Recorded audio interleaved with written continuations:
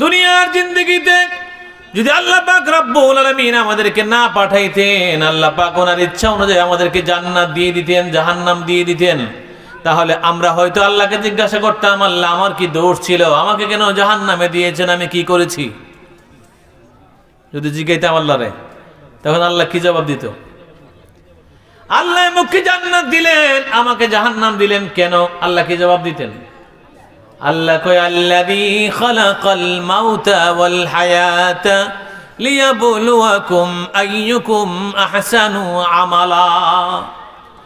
আল্লাহ পাক সুবহানাহু ওয়া তাআলা কুরআনুল কারীমের মধ্যে ঘোষণা করেন, আমি হায়াত আর মওত বানাইছি পরীক্ষা করার জন্য, ইমতিহানের জন্য। যে পরীক্ষার মধ্যে ভালো রেজাল্ট করতে পারবে, নেক আমলে যে ফার্স্ট হইতে পারবে, সে তার জন্য জান্নাতের সুসংবাদ রয়েছে। উচ্চ আওয়াজে বলা যাবে কি সুবহানাল্লাহ। পরীক্ষা দেওয়া লাগবে। কি দেওয়া লাগবে? পরীক্ষা দেওয়া লাগবে। وَلَنَبْلُوَنَّكُمْ بِشَيْءٍ مِّنَ الْخَوْفِ وَالْجُوعِ وَنَقْصٍ مِّنَ الْأَمْوَالِ وَالْأَنفُسِ وَالثَّمَرَاتِ وَبَشِّرِ الصَّابِرِينَ। আমার বন্ধুরা, আল্লাহ পাক সুবহানাহু ওয়া তাআলা বলেন, আমি তোমাদেরকে পরীক্ষা করি, তোমাদেরকে আমি পরীক্ষা করব, পরীক্ষা করতেছি, পরীক্ষা করতে থাকিব। কি পরীক্ষা করবে? তোমাদেরকে পরীক্ষা করব ভয় দিয়া, ক্ষুধা দিয়া, ধন সম্পদ দিয়া, ধন সম্পদ লোকসান করে, নষ্ট করে, সন্তান সন্ততি দিয়া। আল্লাহ পাক রব্বুল আলামিন আমাদেরকে পরীক্ষা করে কি করে না? একটু ডাক দিলে মনে ভালো হয়। সাইডের আওয়াজ আসলে তখন অ্যাটেনশন নষ্ট হয়ে যায়।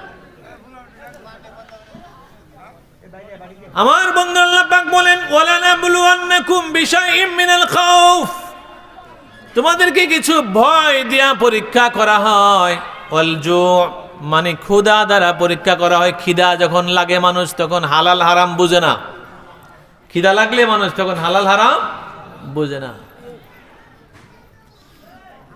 ওয়ানাকসিম মিনাল আমওয়াল, এবং ধন সম্পদ নষ্ট করে দেয়। হঠাৎ দেখবেন কারো বাড়িতে আগুন লেগে বাড়িঘর পুড়ে গেছে, এরকম হয় না? হঠাৎ দেখবেন ব্যবসার মাল সব পুড়ে গেছে, এরকম হয়ে যায়। হঠাৎ দেখবেন জমিনের ধান সবগুলা মানুষে বলে বাউ লাগছে। কি বলে? বাউ লাগছে বলে না? জমিনের ধান সব নষ্ট হয়ে গেছে, সব চুষা। এবার একখানি ধান দিলাম, এক হাড়ি ধানও পাইলাম না, সব চুষা হয়ে গেল। এরকম হয় কি হয় না? আল্লাহ পাক পরীক্ষা করে। এইবার আম গাছের মধ্যে একটা বকুলও আসে না, একটা মুকুলও ফুটে নাই। মনে হয় আম গাছের মধ্যে প্রতি বছর আম বিক্রি করে হাজার হাজার টাকা, কিন্তু এই বছর দেখা গেল অনেকের আম গাছের মধ্যে আমের ফুল ধরে নাই। এমন আছে না নাই? এটি কি পরীক্ষা? এগুলা কি? এগুলা পরীক্ষা। সন্তান জন্ম দিয়েছেন 5 ছেলে, এক ছেলে আপনার প্লেটের মধ্যে ভাত দিবে না, দেয় না। এমন বহুত বাবা আছে, ফাস্ট ফুডের ভাত খাইতে পারে না। আছে না নাই? সন্তান দিয়াও আল্লাহ পরীক্ষা করে, ধন সম্পদ দিয়াও আল্লাহ পরীক্ষা করে, ক্ষুধা দিয়া পরীক্ষা করে, ভয় দিয়া পরীক্ষা করে, সন্তানের কষ্ট দিয়া পরীক্ষা করে, ধন সম্পদ নিয়ে গিয়ে পরীক্ষা করে। কিসের পরীক্ষা? ইমানি পরীক্ষা। সকলে বলে সুবহানাল্লাহ। ইমানকে নবী আমি তোমায় না চিনিলে তোমার কি আসে যায়, নবী আমি তোমায় না চিনিলে তোমার কি আসে যায়। दोनों जहान तुम्हारी नूरी चरण सर झुकाए, या रसूल अल्लाह या हबीब अल्लाह, या रसूल अल्लाह या हबीब अल्लाह। আমার বন্ধুরা, পৃথিবীতে আমরা ঈমান পেয়েছি রাহমাতাল লিল আলামিনের মাধ্যমে। দয়াল নবী রব্বুল আলামিনের বন্ধু রাহমাতাল লিল আলামিন। আল্লাহ হলেন আলহামদুলিল্লাহি রাব্বিল আলামিন। সমস্ত সৃষ্টি জগতের রব মানে পালন কর্তা, লালন কর্তা। আর আমার নবী হলেন ওমা আরসালনাকা ইল্লা রাহমাতাল লিল আলামিন। আমার নবী হলেন বিশ্ব জাহানের রহমত। উচ্চ আওয়াজে বলি ইয়া রাসূলুল্লাহ। আবার কেউ যদি বলি ইয়া রাসূলুল্লাহ বললে শিরিক হবে, হক শিরিক, আমি শিরিক করতে রাজি আছি। কারণ হাজী আহমদুল্লাহ মুহাজির মক্কি রাহমাতুল্লাহ আলাইহি জিয়াউল কুলুবের 64 পৃষ্ঠার মধ্যে বলেন, ইয়া আহমদু ইয়া মুহাম্মাদু ইয়া রাসূলুল্লাহ জিকির করলে আমার নবীকে স্বপ্নে যুগে দেখা যায় বলে ইয়া রাসূলুল্লাহ। বন্ধুরা রে, আল্লাহ পাক সুবহানাহু ওয়া তাআলা আমাদেরকে হিন্দু বানাইলে পারতেন, খ্রিস্টান বানাইলে পারতেন, ইহুদি বানাইলে, নাসারা বানাইলে, বৌদ্ধ বানাইলে, মজুসি বানাইলে, বিধর্মী বানাইলে পারতেন, কিন্তু আল্লাহ পাক নিজে দয়া কইরা বিনা দরখাস্তে বিনা চেষ্টায় আমাদেরকে কলেমা দিয়েছেন। আমরা পড়েছি লা ইলাহা ইল্লাল্লাহু মুহাম্মাদুর রাসূলুল্লাহ সাল্লাল্লাহু আলাইহি ওয়াসাল্লাম। আমার পূর্বে যে আলোচনা করেছেন উনি হযরতে ওমর রাদিয়াল্লাহু তাআলা আনহুর ইসলাম ধর্ম গ্রহণের আলোচনা করেছিলেন। ওমর রাদিয়াল্লাহু তাআলা যখন নবীজির সামনে গেলেন, নবীজিকে মারার জন্য মারতে পারলেন না, নিজের বোনের ইসলাম ধর্ম গ্রহণ করে শুনে এখানে ওনার মন চেঞ্জ হয়ে গেল। এরপরেও নবীজির সামনে যখন ওমর রাদিয়াল্লাহু তাআলা গেলেন, নবীজি দুই হাত দিয়ে ওমরের ডানা দুই ডানার মধ্যে ধরে লালা দিলেন, জারা দিলেন, দিয়ে বললেন, হে ওমর, এখনো কি তোমার ভিতরে এক আল্লাহর কথা কি মনে পড়ে না? বলার সঙ্গে সঙ্গে ওমর রাদিয়াল্লাহু তাআলা বলেন, এই মুহূর্তে আমাকে পড়ে দেন লা ইলাহা ইল্লাল্লাহু মুহাম্মাদুর রাসূলুল্লাহ সাল্লাল্লাহু আলাইহি ওয়াসাল্লাম। আমার বন্ধুরা, বাবারা, বিধর্মী কাফের কুফাররা, ইহুদি নাসারা খ্রিস্টানরা যারা আমার নবীকে আঘাত করেছে, মেরেছে, আমার নবীজি দন্ত মোবারক ভেঙে ফেলেছে, আমার নবীজির মাথা মোবারকের মধ্যে হেমরেডের লোহার কড়া ঢুকে রক্ত মোবারক জ্বলেছে, ওই নবী রাহমাতাল লিল আলামিন এরপর আল্লাহ পাকের দরবারে বদদুয়া দেয় না, আল্লাহ পাকের দরবারে দোয়া করে, আল্লাহ গো এগুলারে মুসলমান বানিয়ে দাও, এগুলার জান্নাতি বানিয়ে দাও। উচ্চ আওয়াজে বলা যাবে কি ইয়া রাসূলুল্লাহ। আপনার সন্তান যদি চেয়ারম্যান হয় অথবা এমপি হয় অথবা কোনো ডিসিএসপি হয়, তাহলে আপনার এলাকার মধ্যে যদি কেউ আপনার সাথে খারাপ ব্যবহার করে, তার অ্যাকশন নেওয়া কোনো ব্যাপার? ফুতে DC, by DC, by SP, শাস্ত্র বাই এসপি, এরপর একটা মামলা লাগাই দিয়ে অ্যারেস্ট করে তো লইয়া যাবো, এমুকের সাথে খারাপ ব্যবহার করছে, এইটা না কইরা ওই ফেন্সি দিয়ে একটা মামলা দিয়ে পাঠাই দিব। কি ঠিক না বেঠিক? তাহলে আমার নবী রাহমাতাল লিল আলামিনের বন্ধু ডাইরেক্ট আল্লাহ। কে? ডাইরেক্ট আল্লাহ। আমার নবীজি ইসলামের দাওয়াত দিচ্ছে, আবুল আহাব সহ সবাইকে ডেকে এনে সাপা পাহাড়ের পাশে দাঁড়াইয়ে যখন ইসলামের দাওয়াত দিচ্ছেন, আবুল আহাব ডাক দিয়া বলে, তাব্বাল্লাকা ইয়া মুহাম্মদ, মুহাম্মদ তুমি ধ্বংস হও, আল্লাহ কি মানব? নবীজিকে ধ্বংস হও বলেছেন, আল্লাহ ক এটা আমি মানতে পারি না। আমার বন্ধু যদিও মানতে পারে, আমার বন্ধু যদিও ধৈর্য ধারণ করতে পারে, আমি আল্লাহ ধৈর্য ধারণ করতে পারবো না, আমি মানতে পারবো না। আমি কুরআনের আয়াত পাঠিয়ে দিলাম, তাব্বাত ইয়াদা আবি লাহাবি ওয়া তাব মা আগনা আনহু মালুহু ওয়া মা কাসাব সায়াসলা নারান যাতা লাহাবি ওয়া ইমরাআতু হাম্মালাতাল হাতাব ফি জিদিহা হাবলুম মিন মাসাদ। আছে না নাই? আবুল আহাব কি কাফের না মুসলমান? বলেন না, কাফের না মুসলমান? কারণ কাফেরের কথা নামাজে কইলে নামাজ হইব নি? হইতো না? কাফেরের কথা নামাজের মধ্যে হুজুররা পড়েনি, হুজুররা মানে বুঝে না, না বুঝা আবুল আহাবের নাম নামাজের মধ্যে কইলা নাকি? না বুঝেই পড়ে? হ্যাঁ, বুঝেই পড়ে। আল্লাহ পাক সুবহানাহু ওয়া তাআলা দেখলেন বন্দুক হাবিবুল্লাহকে আবুল আহাব বলতেছে, তাব্বাল্লাকা ইয়া মুহাম্মদ, ধ্বংস হও তুমি। আল্লাহ কয় না, আমার বন্ধু ধ্বংস হইতে পারে না। আল্লাহ পাক কোরআনে আয়াত দিয়ে বললেন, ধ্বংস হোক আবুল আহাব, ধ্বংস হোক আবুল আহাবের দুই হাত, এবং সে যা জমাইছে ধন সম্পদ সব ধ্বংস হোক। উচ্চ আওয়াজে বলি আলহামদুলিল্লাহ। আল্লাহ যদি নমরুদ্দার বিচার করে ল্যাংরা মশা দিয়া, আর কামান বন্দুক পিস্তল লাগবো? নমরুদ্দারে কি দিয়া মারছে? ল্যাংরা মশা। কই দেড় হয়েছে? নাকের ভিতরে দিয়া, তাও বালা মশা না, ল্যাংরা মশা ঢুকাইয়া দিছে নমরুদের মস্তিষ্কের ভিতরে ঢুকায়া, এখানের মধ্যে কামরা, আর তার কাজের লোক রাখছে বাইরে বের লেগিয়া। সে বাইরেতে বেরোতে ওর ধৈর্য হয়ে গেছে, একবারই দিয়ে আর ওর ইচ্ছা মতো তারা দুনিয়া থেকে শেষ করে দিয়েছে নমরুদ দ্বারে। আল্লাহর বন্ধু মুসা আলাইহিস সালাম, আল্লাহর বন্ধু ইব্রাহিম আলাইহিস সালাম, তাদের সাথে যারা খারাপ আচরণ করবে তাদের শেষ পরিণতি বড় করুণ, কঠিন পরিণতি। তাহলে আবু জাহিল্লার পরিণতিটা কেমন? পরিণতি কি কঠিন না সহজ? কঠিন পরিণতি। আব্দুল্লাহ ইবনে মাসউদ রাদিয়াল্লাহু তাআলা বলে, ইয়া রাসূলুল্লাহ, ইসলাম ধর্ম গ্রহণ করেছি, কুরআনের তেলাওয়াত কাবা শরীফের সামনে করতে চাই। আল্লাহর হাবিব বলে, আব্দুল্লাহ ইবনে মাসউদ রে, কাবা শরীফের সামনে কুরআন তেলাওয়াতের এখন সময় হয় নাই। কোন আমার মন চাইতেছে, কাবার মালিক তো আল্লাহ, কুরআন তো আল্লাহ, সব তো আমরা তো আল্লাহ, কাফের মুশরিকরা তো আল্লাহর না, তারা আল্লাহর শত্রু। আমি কাবা শরীফের সামনে কুরআন তেলাওয়াত করতে চাই। নবীজি না করলেন। এরপরও আব্দুল্লাহ ইবনে মাসউদ কই, না, আমি আমার মন চাইতেছে একটা কুরআন তেলাওয়াত করব। এবার আব্দুল্লাহ ইবনে মাসউদ গেলেন কুরআন তেলাওয়াত করার জন্য। আব্দুল্লাহ ইবনে মাসউদ কুরআন তেলাওয়াত করবে। বিসমিল্লাহির রহমানির রহিম। আর রহমানু আল্লামাল কুরআন খালাকাল ইনসানা আল্লামাহুল বায়ান। الشمس والقمر بحسبان والنجم والشجر يسجدان। আব্দুল্লাহ ইবনে মাসউদ কুরআন তেলাওয়াত কাবা শরীফের সামনে করতেছে, খুব সুন্দর মধুর কণ্ঠে কুরআন তেলাওয়াত করে।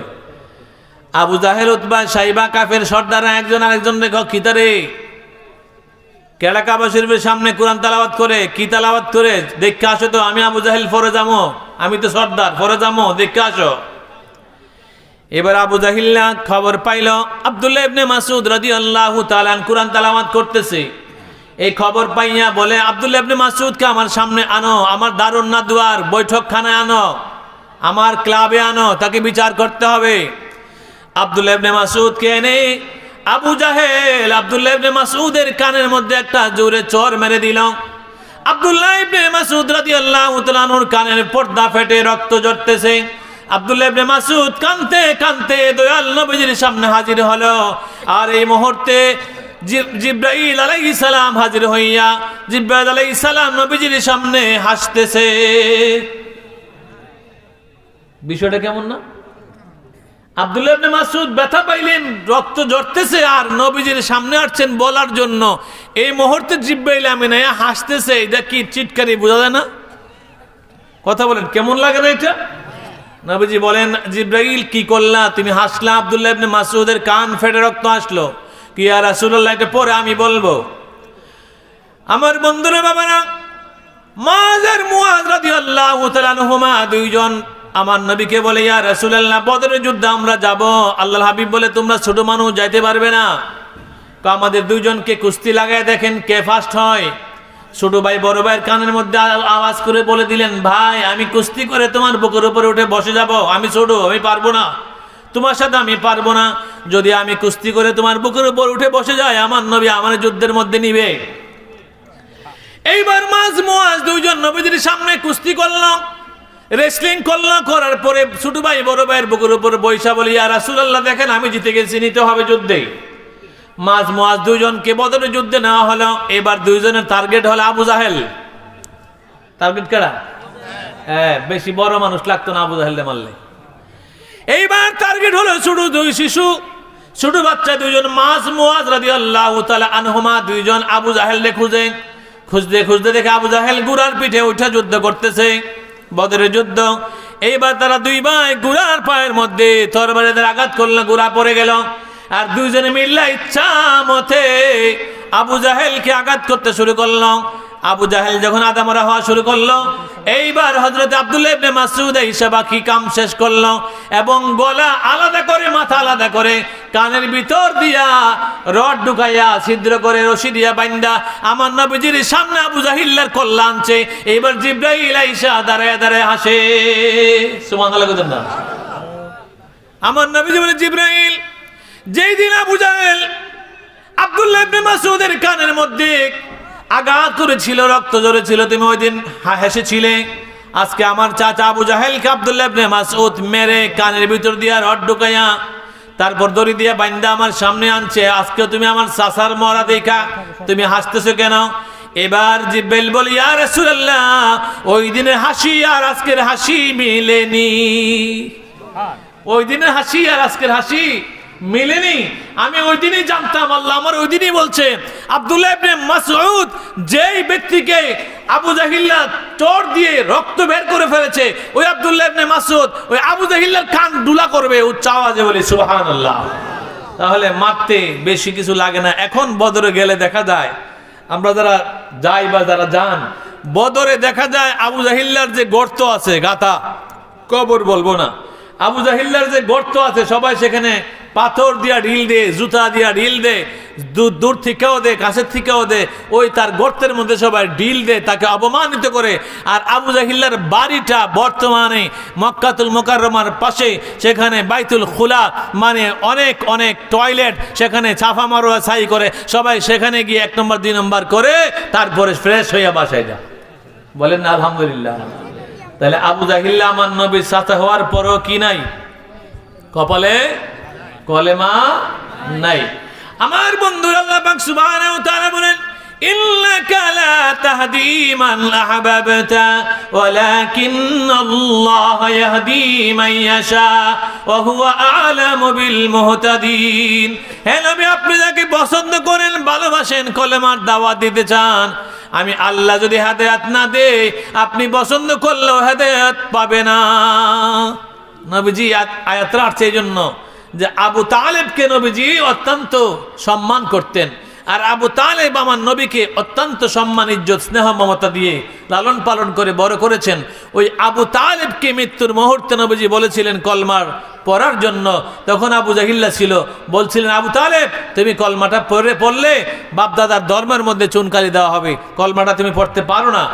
এরপরে এই আয়াতটা নাজিল হয়, হে বন্ধু, আপনি যাকে পছন্দ করে কলমার দাওয়াত দিতে চান, আমি যদি হেদায়েত না করি, তাহলে সে হেদায়েত পাইতে পারে না। উচ্চ আওয়াজে বলে সুবহানাল্লাহ। সালাতুন ইয়া রাসূলুল্লাহ আলাইকুম সালামুন ইয়া হাবিবাল্লাহ আলাইকুম দেখা দাও ইয়া রাসূলুল্লাহ, দেখা দাও বারে বারে মোদের সাথে দেখা দাও। সালাতুন ইয়া রাসূলুল্লাহ আলাইকুম সালামুন ইয়া হাবিবাল্লাহ আলাইকুম। আমার বন্ধুরা, আবু বকর সিদ্দিক রাদিয়াল্লাহু তাআলা আমার নবীকে ভালোবাসা মদিনাতুল মুনাওয়ারা রওজা পাকের ভিতরে ওনার কবর পেয়ে গেলেন। নবীজির সাথে কি করেছিলেন?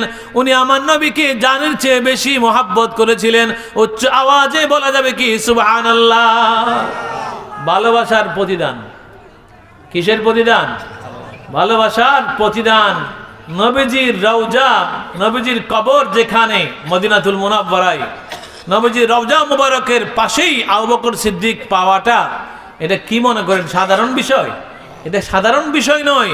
উনি কেমন ভালোবেসেছিলেন, যার কারণে ওনার কবরটা হয়েছে, রওজাটা হয়েছে আমার নবীজির পাশেই হয়েছে।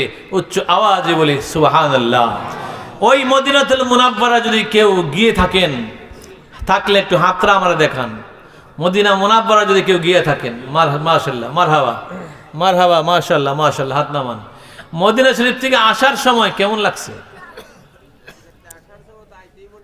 কলজাটা ছিঁড়ে থাকে না? মনে হয় যে মানে এখানে স্টক করে হার্ট ফিল করে চলে যায়, আর বাড়ি যেতে চাই না। এরকম ইচ্ছা হয় না? এরকম ইচ্ছা হয়েছে সকলের, যেহেতু আমার হয়েছে, আমি আমারটা বুঝি। বাসের মধ্যে উঠে আমরা যখন মদিনা এয়ারপোর্টে রওনা হই, তখন বোঝা যায়, বাসের ভিতরে কান্নার আওয়াজ শুনলে বোঝা যায় কেমন লাগে।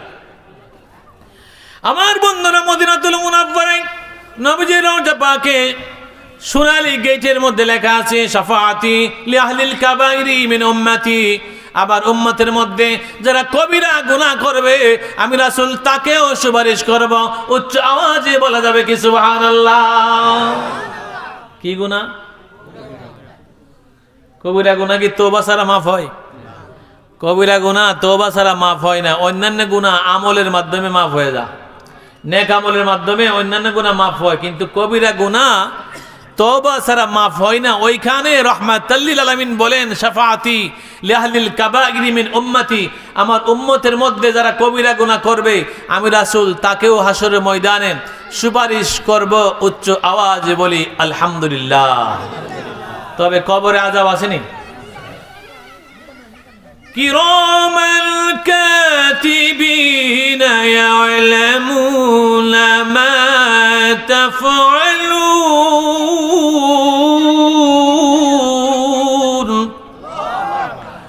ইন্নাল আবরারা লাফি নাঈম ওয়া ইন্নাল ফুজ্জারা লাফি জাহিম। আমাদের দুই কাদের মধ্যে ফেরেশতা আছে না নাই? কি নাম? কিরামান কাতিবিন, দুইজন সম্মানিত ফেরেশতা। কিরামান কাতিবিন, দুইজন সম্মানিত ফেরেশতা আমাদের দুই কাঁধে আছে। কেউ দেখছেন এমন কেউ আসেননি? কেউ দেখছেন না? আরে কি কয়, বিশ্বাস করেননি? এই ছেলেরা, এই কাঁধের মধ্যে ফেরেশতা না জিন? কি ফেরেশতা না শয়তান? কয় না কি? এই ফেরেশতা না জিন? ফেরেশতা। কাঁধের মধ্যে কি আছে, ফেরেশতা না জিন? জিন দেখেননি? জিনের সিমটম বুঝেননি? সিমটম কেউ জিন ধরলে বোঝা যায় না যে মুখে জিনে ধরছে? এটা বোঝা যায় কিনা? বোঝা যায়। জিনে ধরলে বোঝা যায় তাকে জিনে ধরেছে। হুজুরের কাছে নিয়ে জারান লাগবো, ফুয়াইতে হবে। যারা ফুয়াই সারার পরে হুজুরে টেহা দিয়া অন্যায়, এটা ঠিক না। হুজুরে যদি যারা জিন বালা করে দেয়, হুজুরে পর্যাপ্ত সম্মানী দেওয়া উচিত। ডাক্তারের কাছে গেল, গিয়ে এক্সরে আলট্রাসাউন্ড বা পুরা বডি চেক আপ করলো, জিন বাড়িত না। বাড়িব? জিন বাড়িত না। 20,000 টাকা গিয়ে খরচ করে দিলেও জিন বের হবে না। কিন্তু যে হুজুরে আপনাকে জারফুক করলো, জারফুক করে জিন বালা করে দিল, ওই হুজুরে কিছু হাদিয়াও দিলেন না। ইমাম সাহেব দীক্ষা কামড়া হয়েছে নি? এই পিসের বাইরে কথা কোন কামড়া হয়েছে?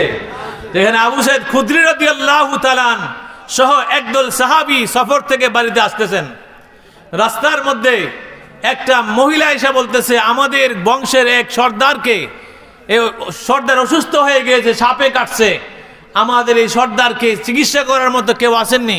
এটা বুখারী শরীফের চিকিৎসা অধ্যায়ের মধ্যে আছে। তখন আবু সাইদ খুদরি রাদিয়াল্লাহু তাআলা বলেন, আচ্ছা আমি চিকিৎসা করব। তা আবু সাইদ খুদরি রাদিয়াল্লাহু তাআলা কে চিকিৎসা করলেন, বললেন আমি চিকিৎসা করব, তবে আমাকে 30টা ছাগল দেওয়া লাগবে। কয়টা ছাগল? যদি 5,000 টাকা করে 30টা ছাগলের দাম কত হয়? 1.5 লাখ টাকা ছাগল তো 5,000 টাকা করে দলীয় জায়গা। আর 10,000 টাকা ছাগল যদি হয় 3 লাখ, নাকি? তাইলে ওই সময়কার আমল ওই আবু সাইদ খুদরি রাদিয়াল্লাহু তাআলা বলতেছেন, আমি চিকিৎসা করব, ঠিক আছে, তবে আমাকে 30টা ছাগল দিতে হবে, আর না হলে আমি চিকিৎসা করব দৈতান্য কেন না। এইবার বাড়ির সবাই বললেন, ঠিক আছে 30টা ছাগল আমরা দিব, আপনি চিকিৎসা করেন। এবার যখন চিকিৎসা করলেন, ওই বাড়ির সর্দার লোকটা সুস্থ হয়ে গেল। আবু সাইদ খুদরি রাদিয়াল্লাহু তাআলা 30টা ছাগল নিয়ে যখন রওনা হলেন, অন্যান্য সাহাবীরা নবীজির কাছে গিয়ে বিচার দেব, তুমি 30টা ছাগল কেটে লইছো। কার কাছে বিচার দিব? নবীজির কাছে বিচার দিব। 30টা ছাগল কেটে লইছো তুমি চিকিৎসা কইরা, নবীজির কাছে গিয়ে বিচার দিব। সবাই নবীজির কাছে আসছে, পরে আয়েশা কই, ইয়া রাসূলুল্লাহ, আপনার আবু সাইদ খুদরি একবার চিকিৎসা করে 30টা ছাগল লইছে। নবীজি কই, হ্যাঁ রে, কই আমার একটা দিত। কি সুবহানাল্লাহ কইতেন না? নবীজি কি হারাম কইছে, শিরিক কইছে, বেদাত কইছে, নাজায়েজ কইছে? নবীজি কই, হ্যাঁ রে, বইল আমার একটা ছাগল দিত। তার মানে কি বোঝা গেল? এই চিকিৎসা করে টাকা নেওয়া জায়েজ আছে। এখন যেটা বলতেছিলাম, জিন দৌড়ায় দিল, চিকিৎসা করলো, আপনার ইমাম সাহেব দীক্ষা হুজুর রে কিছু টাকা হাদিয়া দিলেন না, এটা কি উচিত হইল? এটা উচিত হয় নাই। এটা খেয়াল রাখবেন, একটু মনে করে দিলাম। যাই হোক, বলতেছিলাম জিন আমরা চোখে দেখি না, তবে অনেকে রাত্রিবেলা জিন আকাশের মধ্যে বা গাছে পালার মধ্যে দৌড়াদৌড়ি করে, আগুনের লুটকা আমরা দেখি, দেখি না এরকম? এগুলা জিন, এগুলা দৌড়াদৌড়ি করে। অথবা কাউকে জিন ধরলে আমরা বলতে পারি জিনে ধরেছে।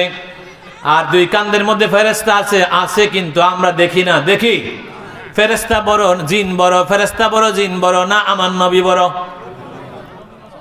চিন্তা করেন, ফেরেশতা দেখা যায় না, জিন দেখা যায় না, এরপরে বিশ্বাস করতেছেন ফেরেশতা দুই কান্দে কিরামান কাতিবিন ইয়ালামুনা মা তাফআলুন, দুই কান্দে দুই ফেরেশতা আছে, আমাদের আমল নামা লিখতেছে, নেক লিখতেছে, গুনাহ লিখতেছে। তার তাফসীরের মধ্যে আছে যখন গুনাহ করে তখন একটা গ্রাণ মানে একটা দুর্গন্ধ ফেরেশতার নাকের মধ্যে যায়, তখন ওই দুর্গন্ধের পরিমাণ পরিমাপ করে তখন ওই ফেরেশতা গুনাহ লেখে। আর যখন নেক কাজ করে তখন একটা সুগ্রাণ ফেরেশতার নাকের মধ্যে যায়, তখন ওই গ্রাণ অনুভব করে ওই পরিমাণে নেক লেখে। উচ্চ আওয়াজে বলা যাবে কি সুবহানাল্লাহ।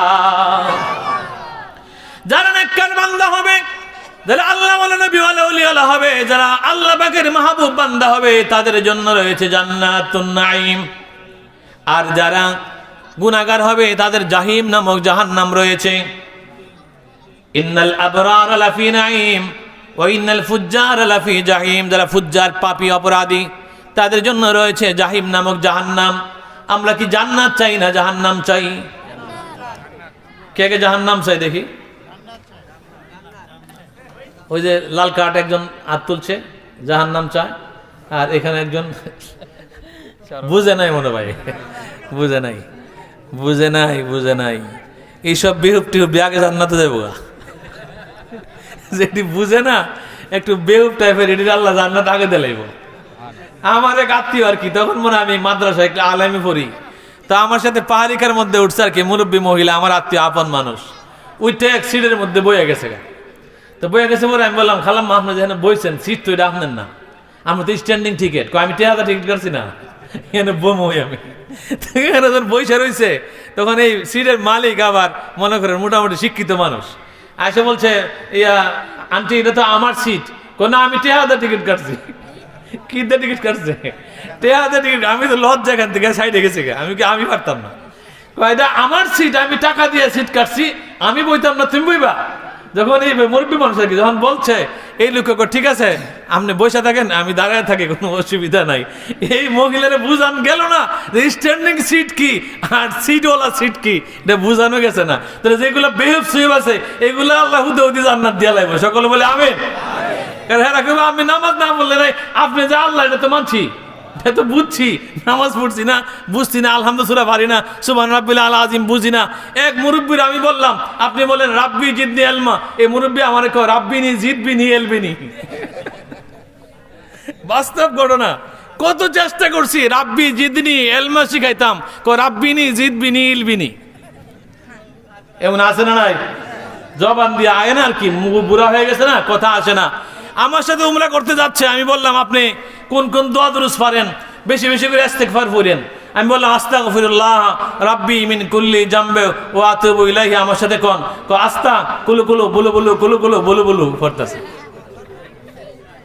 আবার হুজুরের লাগে যান, হুজুর লাগে কি, হুজুরের লাগে যান। আল্লাহর হাবিব বলে কুন আলিমান আও মুতাআল্লিমান আও মুসতামিয়ান আও মুহিব্বান, হতে আলেম হও অথবা আলেমের বন্ধু হয়ে যাও। বলেন না সুবহানাল্লাহ। অথবা আলেম যা বলে তা শুনো, অথবা আলেমের ছাত্র হয়ে যাও, শত্রু হইও না। ছাত্র হও, শত্রু হইও না। তাহলে 5 নম্বরে বলা হয়েছে আলেমের শত্রু না হওয়ার জন্য, আর 4টা বলা হয়েছে আলেম হও, আলেমের বন্ধু হও, আলেমের ছাত্র হও। আলেমে যা বলে তা তুমি শ্রবণ করো। তাহলে ওই পাবলিক গিয়া যদি কয় আমরা ইমাম সাহেব যেমনি আল্লাহু আকবার কইছে, আমি ফিসে আল্লাহু আকবার কইছি, এরপরে কি কইছে আমি জানি না, হুজুরের উপর সব বার দিয়ে লাইছি। এমন মুসল্লি আছে না আমার বন্ধুরা? বহু মুসল্লি আছে, বহু মুসল্লি আছে নামাজ পড়ে সূরা কেরাত জানে না, আছে না নাই? সূরা কেরাত জানে না, আত্তাহিয়াত জানে না, দুরূদ শরীফ জানে না, দোয়া মাসুরা জানে না, সুবহানাকা জানে না, সুবহান রাব্বিল আলা সুবহান রাব্বিল আযীম পড়তে পারে না, কিন্তু নামাজে টাইম মতো গিয়ে হাজির হয়ে যায়, আছে না নাই? নামাজে টাইম মতো যদি হাজির হয়ে যায় আল্লাহ পাক সুবহানাহু ওয়া তাআলা দেখে কি দেখে না? এই সকল বান্দারে আল্লাহ মাফ করবে কি করবে না? আল্লাহ কইব আমার এই বান্দাটা বেহু বইল, তার হাজিরা ঠিক আছে, বেহু বইল হাজিরা ঠিক আছে। তাহলে হাজিরার উসিলা আল্লাহ পাক তাকে ক্ষমা করতে পারে কি পারে না? আল্লাহ পাক ক্ষমা করতে পারে। সালাতুন ইয়া রাসূলুল্লাহ আলাইকুম, সালামুন ইয়া হাবিবাল্লাহ আলাইকুম, খবর লাও ইয়া রাসূলুল্লাহ खबर लो, अपना गुलामों को मुसीबत से बचा लो। सलातुनिया रसूल अल्लाह अलैकुम, सलामुनिया হাবিব আল্লাহ আলাইকুম। আমি বলতেছিলাম জান্নাতে যাইতে কে কে চান? হাত তুলে দেখান। নারে তাকবীর, নারে রিসালাত। আমার নবী যেখানে, মিলাদ কিয়াম যেখানে, নূর নবী যেখানে, কুরআন হাদিসের আলো।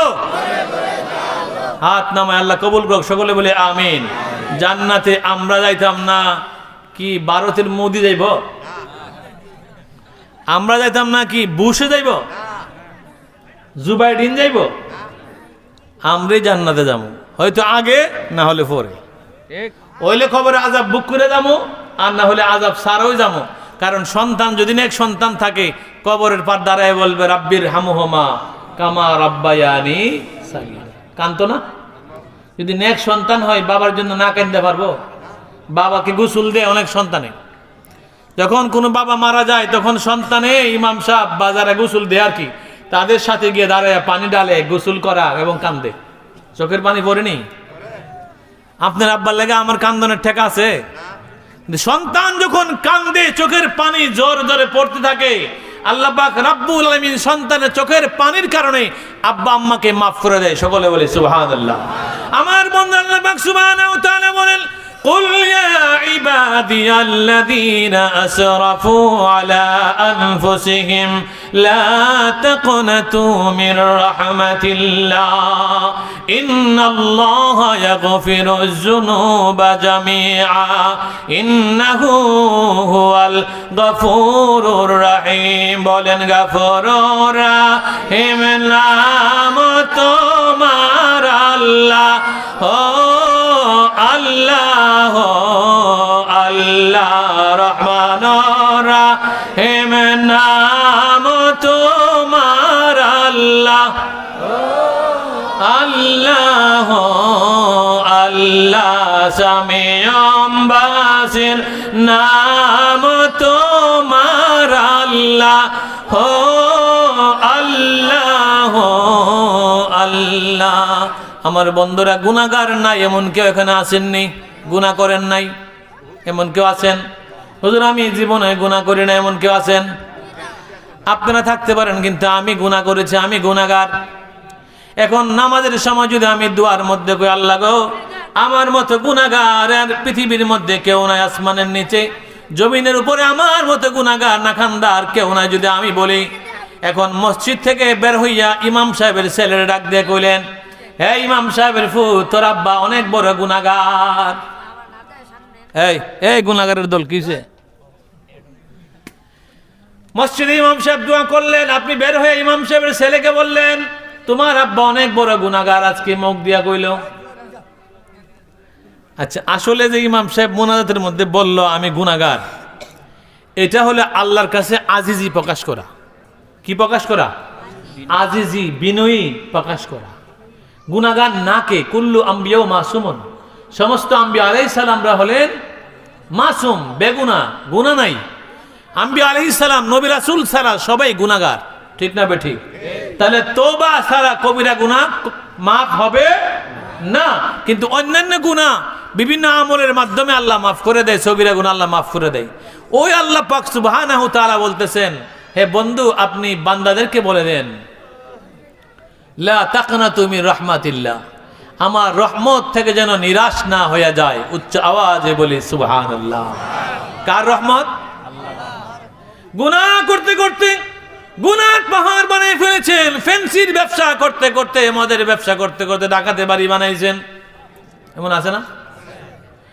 ঘুষ খাইতে খাইতে ঢাকা ফ্ল্যাট কিনেছেন, সুদ খাইতে খাইতে দুনের দুন সম্পদ কিনেছেন। মৃত্যুর আগে মনে হইল আমি তো সুদের টাকা দিয়ে এতগুলো সম্পদ করলাম, ঘুষের টাকা দিয়ে এগুলো করলাম, আমি তো মদ বিক্রি করিয়া এগুলা করলাম, আমি তো ফেন্সি বিক্রি করে এগুলা করলাম, এখন আল্লাহর দরবারে কি জবাব দিব? এই চিন্তা একদিন না একদিন অন্তরের মধ্যে আসতে পারে কি পারে না? আসতে পারে। অনেক অনেক দুই নম্বরই করে মানুষ বড় লোক হয়। বেশিরভাগ দেখা যায়, বিদেশিদের কথা বলি না, বিদেশিরা তো অনেক কষ্ট করে রুজি করে, বিদেশি বাদ, প্রবাসী ভাইদের তুলনায় নাই। কিন্তু দেখা যায় অনেকে হারাম টাকার মাধ্যমে অনেকে বড়লোক হয়। এগুলার জবাব আল্লাহর দরবারে দেওয়া লাগবে কি লাগবে না?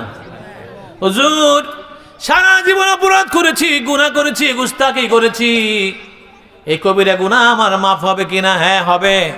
যদি আপনি জানেন আপনার কাছে কেউ টাকা পাবে, তাহলে তার কাছে গিয়ে নিজে ক্ষমা চান, মাফ চান। ভাই আপনি আমার কাছে এত টাকা পাইতেন, আমি দিতে পারতেছি না, আমারে মাফ করে দেন।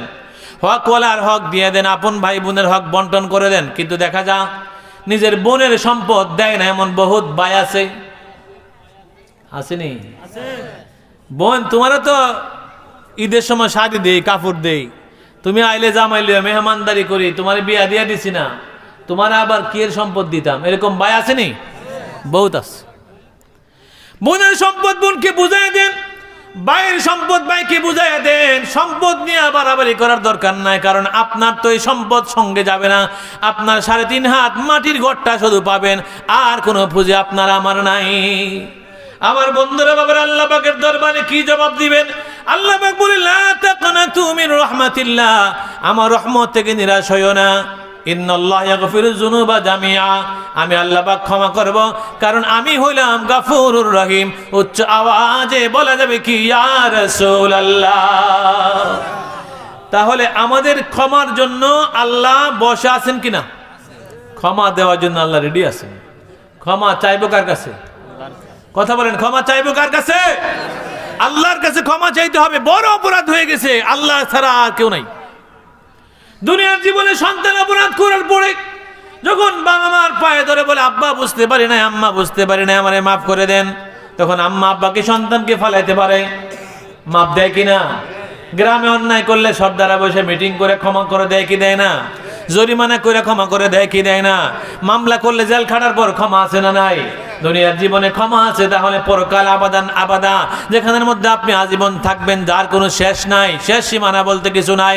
ওই আবাদান আবাদা, আজীবন যেখানে থাকবেন পরকালে, ওই পরকালের জন্য দুনিয়া থেকে আল্লাহর দরবারে ক্ষমা আছে। ক্ষমা লইয়া একবারে জান্নাতি হইয়া যাওয়ার দরকার আছে না নাই? লা ইলাহা ইল্লাল্লাহ, লা ইলাহা ইল্লাল্লাহ, লা ইলাহা ইল্লাল্লাহ, লা ইলাহা ইল্লাল্লাহ, লা ইলাহা লা ইলাহা ইল্লাল্লাহ মুহাম্মাদুর রাসূলুল্লাহ সাল্লাল্লাহু আলাইহি ওয়াসাল্লাম। আমার বন্ধুরা দিনের বেলা অপরাধ করলে সারা রাত্র ফেরেশতারা অপেক্ষা করে, ফেরেশতারা তার আমলনামায় গুনাহ লেখে না। যদি রাত্রেবেলা আল্লাহর কাছে মাপ চায় তাহলে আর গুনাহ লেখেই না। আর রাত্রেবেলা গুনাহ করলে সারাদিন ফেরেশতারা অপেক্ষা করে, ফেরেশতারা গুনাহ লেখে না। সারাদিন আল্লাহ পাক সময় দিয়ে দেয়, দিনের বেলা করে নেক করে কিনা ক্ষমা চায় কিনা। যদি নেক করে ক্ষমা চায় তাহলে তার গুনাহগুলো আল্লাহ মাফ করে দেয়। আল্লাহ মাফ দেওয়ার জন্য তৈরি আছেন। আল্লাহর হাবিব বলেন, গুনাহ মাফ চাইতে চাইতে তোমরা ক্লান্তি বোধ করবে, কিন্তু আমার আল্লাহ ক্ষমা দিতে দিতে ক্লান্তি বোধ করবে না। উচ্চ আওয়াজে বলি ইয়া রাসূলুল্লাহ। তাহলে আমরা ক্ষমা চাইবো কি চাইবো না? দুনিয়া কিসের দুনিয়া? ধন সম্পদ লইয়া, বাড়িঘর লইয়া আমরা কত ব্যস্ত। বাড়ির সীমানা 4 আঙ্গুল জায়গা লইয়া মারামারি করে মার্ডার কি আছে না নাই? এই 4 আঙ্গুল জায়গা নিতে আসছে যে মার্ডার হইছে, জায়গা দিত শেষ। এটা শুধু শুধু কোনো প্রয়োজন নাই। যতটুকু আছে কেউ জোর করে আপনার আদাত লয়ে গেলে লয়ে শান্তি হয়ে যাক। কারণ আল্লাহ রাসূল বলেছেন, কেউ যদি কারো সম্পদ জোর করে দখল করে ফেলে নিয়ে যায়, আধা হাত সম্পদ নিয়ে যায়, তাহলে এই সম্পদরা ওয়াটার লেভেল পর্যন্ত 70 গুণ হইয়া তার গলার মধ্যে আল্লাহ হাসরের ময়দানে ফেসাইয়া দিব। তখন কেমন হবে? যে জোর করে নিল উপায়টা কি হবে? উপায় থাকবে? হাসরের ময়দানে বলবে এই রেখেটাও কয়টা টিয়ারা পূর্ব ভরা এমোখানা কে গলার মধ্যে মারবি ফুজা গেলে গা। দেশে থাকতে, দুনিয়া থাকতে তার স্বাস্থ্য ভাইয়ের জায়গা জোর দখল করছিল। উপায় আছে? কোনো উপায় নাই। কি করবেন জায়গা সম্পদ দখল করে?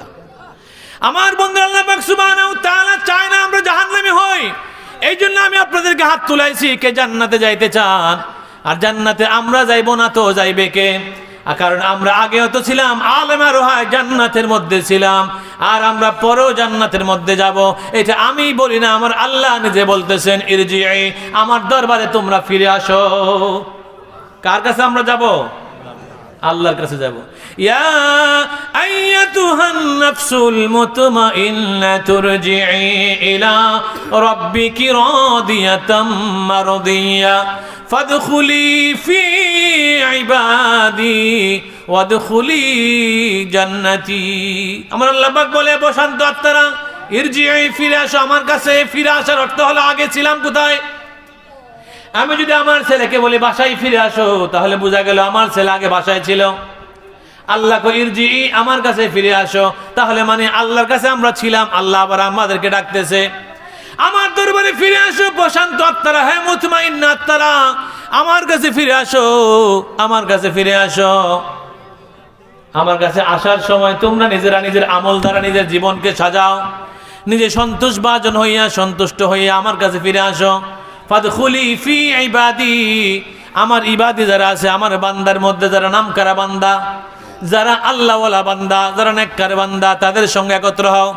ফাদখুলি ফি ইবাদি ওয়াদখুলি জান্নাতি, এবং আমার জান্নাতের মধ্যে আসো। উচ্চ আওয়াজে বলা যাবে কি সুবহানাল্লাহ।